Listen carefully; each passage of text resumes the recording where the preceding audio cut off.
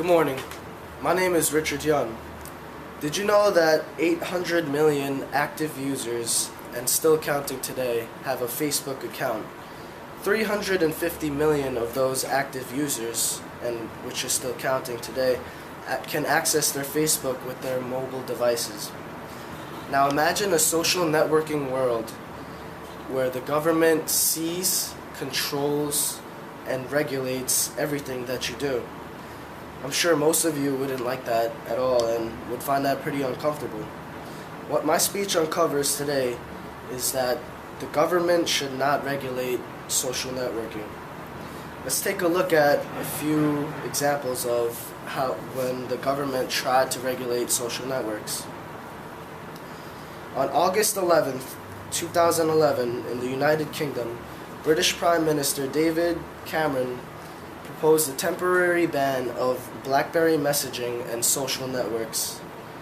The aftermath of his proposition resulted in riots that broke out and started in Tottenham, London, which lasted several days, and many buildings were destroyed, businesses were robbed, apartments were destroyed as well, and it was a bad day. On August 12, 2011, in Philadelphia, the city set a curfew for for kids 18 years or younger due to flash mobs, which was being popularized.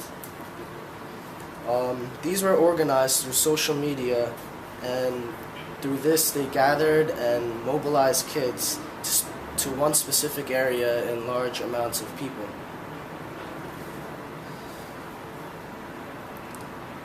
Now let's take a look at what would happen if this were to happen in the United States.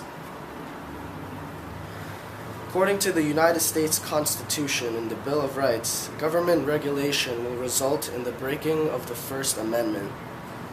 That includes freedom of speech, freedom of press, and the freedom of assembly. Now, why is it that the government wants to regulate social networks so badly? One is because of crime. In 2009, the Canadian police stated how the usage of BlackBerry messagings, also known as BBMs, by criminals makes it hard to track the crime.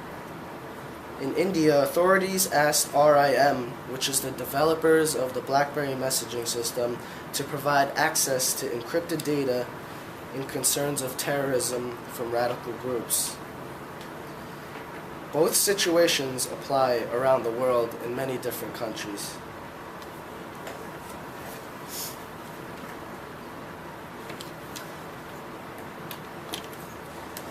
In conclusion, government interference will result in breaking their own rules. Previous attempts also have resulted in riots all the time.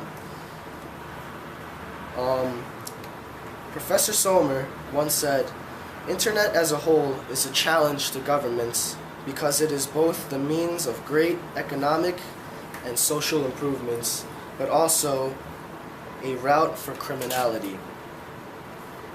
What this quote is basically telling me is that crimes are for the government to handle, so everyone else should not lose their rights, which is social networking, for what is not our jobs to handle.